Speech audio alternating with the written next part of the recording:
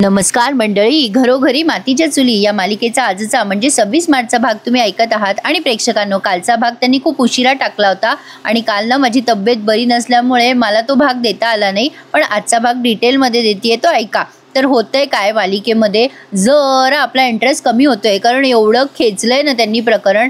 खरं तर प्रेक्षकांनो, मेहनत सगळ्यांचीच आहे, सगळ्यांनाच खूप एफर्ट घ्यावे लागतात, या मालिकेतल्या कलाकारांना सुद्धा। पण कुठेतरी मालिकेची कथा खूपच कंटाळवाणी होत चालली आहे असं नाही वाटत आहे का तुम्हाला? तर असो, सुरुवातीला आपण बघतोय की सौमित्र आणि ते नवीन वकील आलेत निंबाळकर म्हणून, जे सेम टू सेम डुप्लिकेट आहेत अनिल कपूर सारखेच दिसतात ते।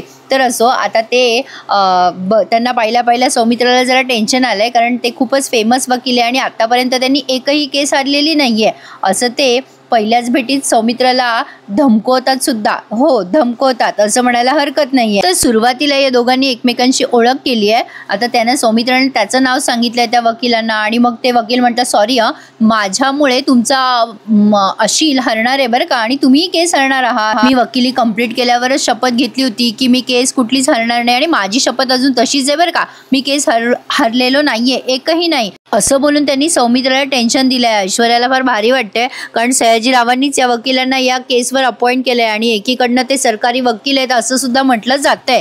तर आता तो सौमित्र म्हणतो, सर तुम्ही मुळशी गावात का आलात? तुम्ही तर मुंबईच्या हायकोर्टातले फेमस वकील आहात ना? त्यावर जरा फनी उत्तर दिले बरं का या वकिलाने। वकील सौमित्राला सांगतात, फॉर अ चेंज आलोय मी मुळशीमध्ये आणि इथला माहोल तर मी तापवणार। पुन्हा ते सौमित्राला असं म्हणताय, चला आता केसवर फोकस करा, तसंही मी केसवर असल्यावर सगळ्यांचाच फोकस हलतो, पण काळजी करू नका, तुम्ही निंबाळकरच्या विरुद्ध लढताय, हारले तरी सुद्धा तुमची चर्चा होणारच। आता सौमित्राने हे सगळे डिटेल अवंतिकाला सांगितलेत की असे असे ते वकील आहेत, असं ते म्हणतायत आणि सौमित्र सांगतो की मुद्दामच सयाजीरावाने हे सगळं केलंय, ऋषिकेश दादाची या केसमधनं निर्दोष मुक्तता होऊ नये म्हणून।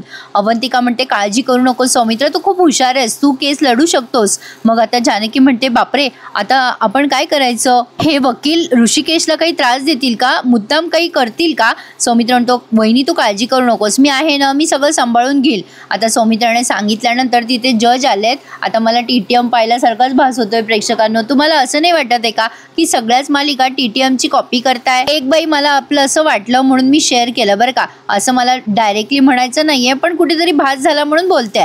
तर आता पुढे बघा, कोर्टात आल्या ते जज साहेब त्या वकिलांना म्हणतात, सर तुम्ही तर हायकोर्टातले फेमस वकील आहात, तुम्ही इथे काय करताय मुळशी गावात? ही केस एवढी मोठी नाहीये।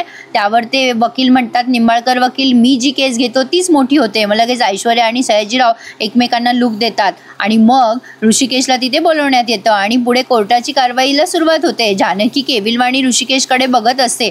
आता ते जज सांगतात की कार्यवाहीला सुरुवात करा। आता सुरुवातीला ना प्रेक्षकांना त्यांनी सगळं इंट्रोडक्शन दिलंय बरं का, की ऋषिकेशने कशा पद्धतीने खून केलाय हे ते दुसरे वकील जे आहेत ना, जे ऋषिकेशच्या विरुद्ध आहेत, ते सगळं डिटेलमध्ये सांगतात ते निंबाळकर वकील, की असं असं हा आहे माणूस आणि असं असं याने खून केलाय, स्वतःच्याच पित्याला मारलाय चिरडून, आणि प्रत्येक गोष्टीवर हा सौमित्र ऑब्जेक्शन घेतोय। सुरुवातीला त्या निंबाळकरांनी सगळं काही डिटेल सांगितलंय की काही दिवसापूर्वी नाना रणदिवे गायब झाले, त्यांच्या फॅमिलीने शोध घेतलाय पण ते कुठे सापडलेले नाहीयेत, आणि काही दिवसापूर्वी एक शस्त्र आढळलंय पांडुरंग तळ्याजवळ आणि त्यांना त्या शस्त्रावर ऋषिकेश रणदिवे यांचे ठसे आढळलेत। हे सगळं ते डिटेल सांगतात। डेड बॉडी पण सापडली आणि ती डेड बॉडी नाना रणदिवे यांची आहे, पुरुषोत्तम रणदिवे असं त्यांचा चेहरा ओळखू येऊ नये म्हणून विद्रूप बनवला गेला होता त्या बॉडीचा चेहरा, आणि हे सगळं करणारा दुसरा तिसरा कोणी नसून त्यांचा मुलगा आहे, स्वतःचा मुलगा। यात महत्त्वाची गोष्ट म्हणजे जेव्हा नाना रणदिवे गायब झाले तेव्हा त्यांच्या मिसेस घरात होत्या, त्यांचे लहाने सुपुत्र घरातच होते, लहान्या सुनबाई घरात होत्या, पण हे ऋषिकेश रणदिवे आणि यांच्या मिसेस जानकी रणदिवे त्याच वेळेला घरातनं गायब होत्या। हा पॉइंट नोटेड करावा मिलॉर्ड। आता मात्र सौमित्रमध्ये ऑब्जेक्शन घेत म्हणतो, ऑब्जेक्शन मिलॉर्ड, अजून गुन्हा सिद्ध झाला नसल्यामुळे प्लीज ऋषिकेश रणदिवे यांना गुन्हेगार म्हणू नये। मग आता ते जज म्हणतात, ठीक आहे हरकत नाही। मग ही अवंतिका प्रत्येक गोष्ट पॉइंट आउट करते बरं का। मग ते पुढे वकील म्हणतात, ठीक आहे मिलॉर्ड, आरोपी हा शब्द मी मागे घेतो। तर नाना रणदिवे यांचे हे मोठे सुपुत्र ऋषिकेश त्यावेळेला घरात नव्हते आणि जानकी रणदिवे यांच्या मिसेसही घरात नव्हत्या। पुढे जाऊन पोलिसांनी सगळा तपास केला तेव्हा ते शस्त्र सापडलं आणि ते मर्डर वेपन हे कळलंय। वेपनवरचे फिंगरप्रिंट्स मॅच झालेत आणि ती व्यक्ती म्हणजे हे ऋषिकेश रणदिवेच आहेत। पुढे ते हे सुद्धा सांगतात की एका मुलाने बापाचा खून केला हे चूक आहे, आता त्या बापाला न्याय देण्यात यावा आणि त्यांच्या आत्म्याला शांती मिळावी असं मी प्रार्थना करतो. एवढं बोलून ते त्यांचं बोलणं संपवतात. मग सौमित्रला बोलवण्यात येतं. सौमित्र सगळे आरोप कसे फेटाळतो ते बघत राहा. आता तो म्हणतो की मिलॉर्ड, ऋषिकेश रणदिवे यांच्यावरचे सगळे आरोप हे खोटे आहेत. माझ्या भावावरती जे आरोप झाले ते सगळे चुकीचे आहेत आणि हा तर्क लावणं सुद्धा चुकीचंच आहे. माझे भाऊ त्यावेळेला कुठे होते, काय होते हे सगळं सिद्ध करायची गरज मला वाटत नाही, कारण माझा भाऊ हा अतिशय आदर्श आहे. तुम्ही अख्ख्या मुळशी गावाला जरी विचारलं ना तरी चालेल, प्रत्येक जण येऊन तुम्हाला इथे साक्ष देईल. माझा भाऊ ऋषिकेश रणदिवे हा त्याच्या वडिलांचा खून करूच शकत नाही. माणूस म्हणून ते कसे आहेत आणि मुलगा म्हणून कसे आहेत हे सांगायला या मुळशी गावातला प्रत्येक जण इथे येईल. माझ्या वडिलांची काळजी माझ्या भावाने प्रत्येक वेळेला घेतली आहे आणि माझ्या भावावर हा खुनाचा आरोप लागतोय तो चुकीचाच आहे मिलॉर्ड. माझ्या भावाच्या मनामध्ये प्रत्येक गोष्टीचा सच्चेपणा आहे मिलॉर्ड. सॉरी, ऋषिकेश रणदिवे असं म्हणायचंय. माझे अशील त्यांच्यावरती हे सगळे आरोप मुद्दाम लावण्यात आलेले आहेत. त्यांना मुद्दाम आरोपीच्या पिंजऱ्यात उभं करण्यात आलेलं आहे. लॉर्ड, प्रत्येक युगामध्ये राम हा जिंकतो, रामाचाच विजय होतो, तसंच माझ्या भावाचाही विजय होणार आहे. माझ्या भावाने वडिलांचा खून केलेला नाहीये. मी कोर्टाला विनंती करतोय की ऋषिकेश रणदिवे यांची निर्दोष मुक्तता करण्यात यावी. त्यांच्यावरचे सगळे आरोप हे चुकीचे आहेत. ऋषिकेश रणदिवे हे असे आहेत की ते बाप आणि मुलगा या नात्याला कधीही काळीमा फासणार नाही. मुलगा म्हणून त्यांचे उदाहरण दिले जातात.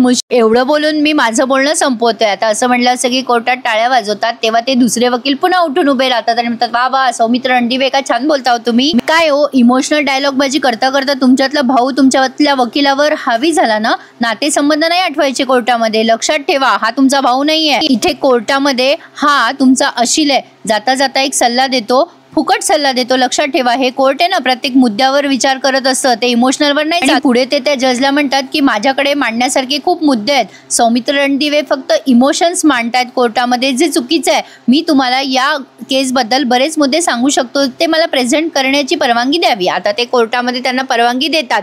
आता ते दुसरे जे वकील आहे ना, ते ऋषिकेशला खूप वाटेल ते बोलतात. सगळ्यात आधी तर ते प्रश्न विचारतात, तुम्हाला घरातून हाकलून दिलं होतं ना, आधी का काढलं होतं. मग सौमित्र मध्ये म्हणतो, या प्रश्नाचा काही संबंध नाहीये या केसशी. मग आता ते वकील म्हणतात, संबंध आहे. मी जे प्रश्न विचारतो त्या गोष्टींचा या केसशी संबंध असतो मिलॉर्ड.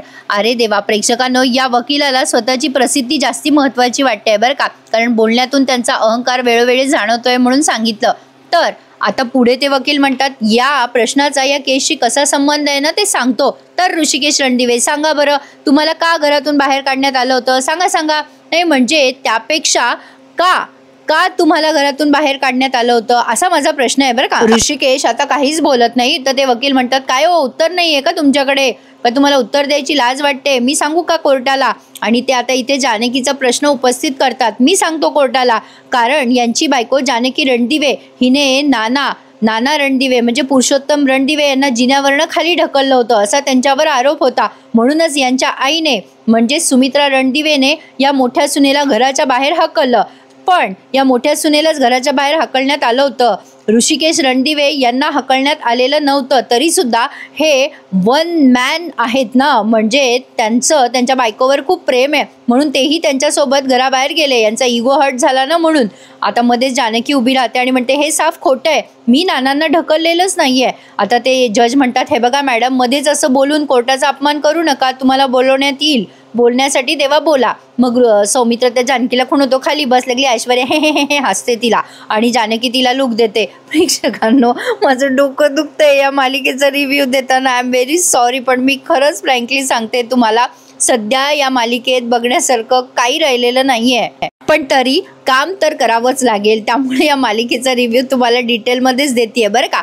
तर पुढे बघा, मग ते सांगतात वकील की हो मिलॉर्ड, यांच्या मिसेसनी नाना रणदिवे यांचा जीव घ्यायचा प्रयत्न केलेला होता, म्हणूनच यांना घराच्या बाहेर हकलण्यात आलं होतं. काय हो ऋषिकेश रणदिवे, यावर काही उत्तर आहे का तुमच्याकडे. एवढंच नाही तर नाना रणदिवे यांनाही विचारलं होतं, तेव्हा त्यांनी बोट करून दाखवलं होतं की जानकी रणदिवेंनीच त्यांना ढकललंय. आता सगळ्यांना आलंय टेन्शन, इथे पुढे काय करावं. आता ते सगळे सीन आपल्याला इथं व्हिज्युअलाइज केलेत. पण पुढे बघा, पुढच्या सीनमध्ये ते गुंड अतिशय उद्धट सारखं त्या नानांची वागताय. काय रे म्हाताऱ्या, आता तुझा पोरगा लटकणार, कोर्टामध्ये त्या म्हाताऱ्याला ज्यूस द्या, तसं या म्हाताऱ्याला काही काम नाही आहे, त्याला खायचं प्यायचं आणि आराम करायचा आहे. आता नाना म्हणतात अहो मला जाऊ द्या, मला माझ्या मुलाला भेटायचं आहे, माझ्या ऋषिकेशशी मला भेटायचं आहे, बोलायचं आहे त्याच्याशी, तुमचा बॉस कोण आहे, मला त्याला भेटवा ना. मग ते गुंड अतिशय उद्धटसारखे वागतात त्या नानांशी, जे मला सांगावं असं पण वाटत नाहीये. त्या नानांना म्हणतात तुला काय करायचं कळल तुला वेळेवर, हे ज्यूस पी. पण नाना ज्यूस प्यायला नकार देतात. तेव्हा तो गुंड ते ज्यूस त्यांच्या समोर ठेवतो आणि दुसऱ्या गुंडाला सांगतो लावून टाक रे पट्टी याच्या तोंडाला, जास्ती माज आला या म्हाताऱ्याला, असं म्हणून ते निघून जातात आता आणि नानांना पुन्हा बांधतात. पण नाना इतके वैतागलेले असतात की त्या समोर त्या स्टूलवर ठेवलेल्या ज्यूसला ते जोरात लात मारतात आणि त्या ज्यूस ते सगळं खाली पडतं आणि सांडतं. आता मला वाटते प्रेक्षकांनो यापुढे त्या ज्यूसला मुंग्या होतील आणि त्या मुंग्या जानकीला दिसतील आणि ते आउट हाऊस पर्यंत पोहोचेल. काय म्हणता तुम्ही, भारी आहे की नाही माझा अंदाज? बघू माझा अंदाज खरा होतोय का? तर बघा आता जानकी आणि ऋषिकेश कसे घराच्या बाहेर पडले ही डिटेल स्टोरी त्या वकिलाने कोर्टाला ऐकवलेली आहे. हे सगळं ऐकून सौमित्रा आता भडकतो. पण या वकिलांची प्रश्न विचारायची पद्धत जरा आगळी वेगळी आहे बरं का. मग आता ते ऋषिकेशला विचारतात काय हो तुम्ही घर सोडलं ना? मग आता ऋषिकेश म्हणतो हो मी माझ्या बायकोच्या मान सन्मानासाठी घर सोडलंय. मग ते म्हणतात नाही तुम्ही तुमच्या बायकोवर प्रेम करत होतात ना म्हणून तुम्ही घर सोडलत ना. आणि ते कोर्टाला सांगतात की पॉइंट टू बी नोटेड, यांनीच नानासाहेबांचा प्रयत्न केला होता जीव घेण्याचा आणि तो प्रयत्न यांच्या मिसेसनेच केलाय, सिद्ध झालाय. आता सौमित्र मध्ये बोलतो आणि म्हणतो सिद्ध काही झालेलं नाहीये, हे निंबाळकर वकील कोर्टाची केस फिरवण्याचा प्रयत्न करताय, वेगळंच वळण देताय. मग ते निंबाळकर म्हणतात मी कशाला काही फिरवू, अहो जे सिद्ध झालंय तेच सांगतोय मी. मायलॉर्ड मुद्दा हाच आहे की घरातल्या घरात सुद्धा नानासाहेबांचा जीव घेण्याचा प्रयत्न करण्यात आला होता आणि तेव्हा ते वाचले, पण त्यामुळे घरातलं वातावरण यांचं खराब झालं. जेव्हा जानकी रणदिवे आणि ऋषिकेश रणदिवे या त्यांच्या घरात नव्हते तेव्हा नानासाहेब अत्यंत सुखरूप होते.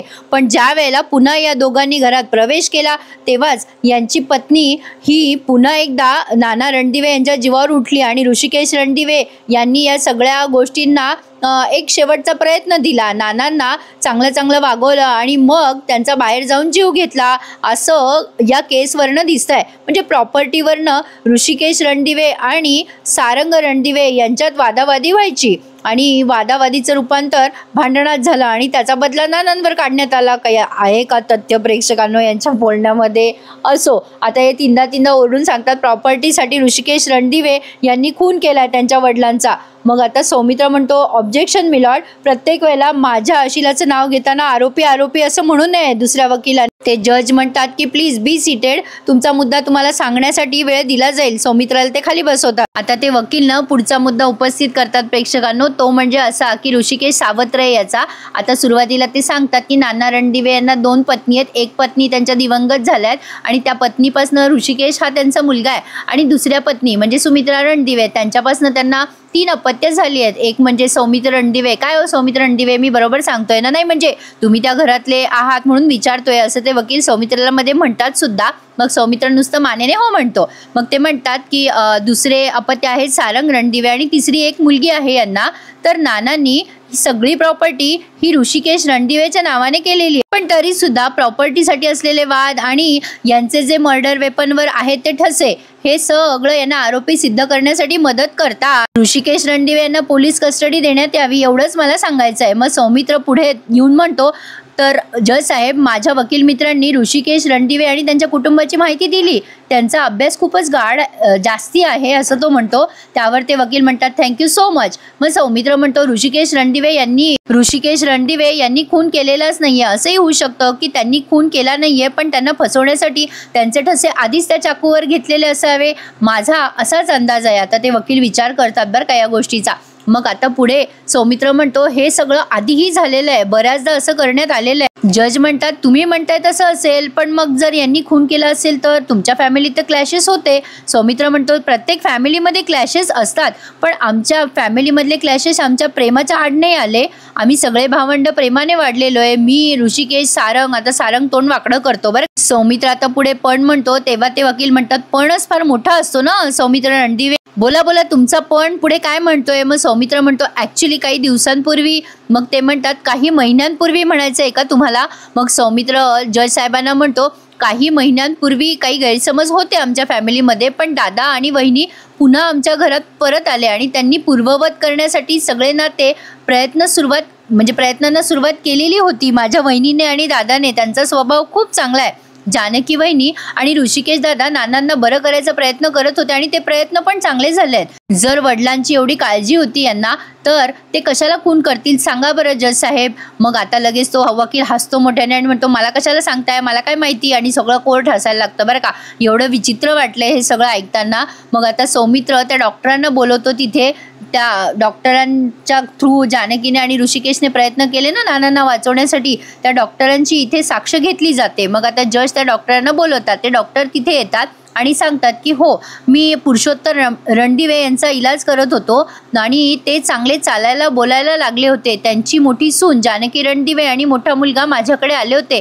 त्यांनी खूप प्रयत्न केले त्यांच्या तब्येतीत सुधारणा व्हावी यासाठी आणि त्यांच्या प्रयत्न फळाला पण आले। त्यांच्या सुनेने म्हणजे जानकी रणदिवेंनीच मला कल्पना दिली होती की त्यांच्या मोठ्या म्हणजे त्यांची ज्या पहिल्या पत्नी आहेत त्यांच्या वेशात नानांच्या समोर गेल्या होत्या आणि त्यामुळे नानांच्या तब्येतीवर खूप चांगला परिणाम झाला आणि ते चालायला लागले होते आणि बोलायला सुद्धा लागले होते।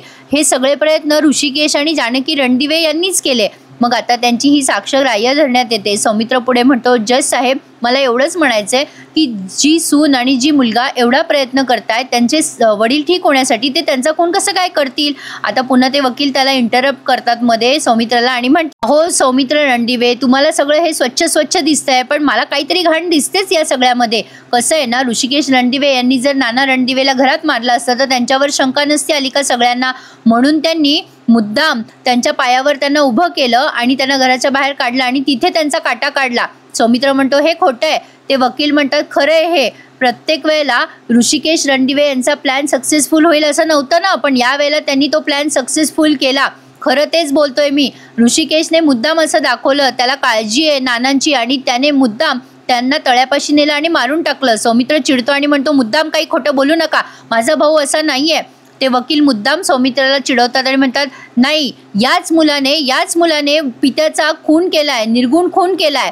आता हे सगळं ऐकून ऋषिकेशच्या डोक्यावर परिणाम झालाय, त्याला फार टेन्शन येतंय। सौमित्र म्हणतो नाही माझा भाऊ असा नाहीये, मलाही हाच प्रश्न पडलाय माझा भाऊ असं का कर। मुळात आमच्या सगळ्या फॅमिलीला विश्वास आहे की नाना अजूनही जिवंत आहे, म्हणूनच मी सापडलेल्या बॉडीचा DNA टेस्ट करायची मागणी करतोय। आता असं बोलल्यानंतर ते वकील जरा गप्पगार होतात। मग सौमित्र म्हणतो ती बॉडी आमच्या वडिलांची नाहीच आहे, हे सिद्ध करण्यासाठी मला थोडासा वेळ द्या, DNA टेस्टची मी यासाठीच मागणी करत आहे। आता ते वकील म्हणतात नाही मिलॉर्ड ही वेळ घालवण्याची लक्षण आहे। हे बघा साहेब तुम्हाला सल्ला देतो। मग सौमित्र म्हणतो तुमचे सल्ले तुमच्याकडेच ठेवा वकील साहेब, तुम्ही फुकटचे सल्ले देत नाहीत ही चांगली गोष्ट आहे आणि देऊ पण नका, माझं मी बघतो ना पुढे काय करायचं ते। खरं तर या वकिलाने जो मुद्दा मांडलाय ना तो चुकीचाच आहे, म्हणजे DNA टेस्ट करणं ही स्वाभाविक आहे ना पुढची पायरी, पण असो पुढच्या प्रोमोत सयाजी असं काहीतरी बोललाय ज्यामुळे या ऋषिकेशचा संताप झालाय आणि त्याने कॉलर पकडली आहे सयाजीची, त्यामुळे ऋषिकेशला पोलीस कस्टडी झाली आहे।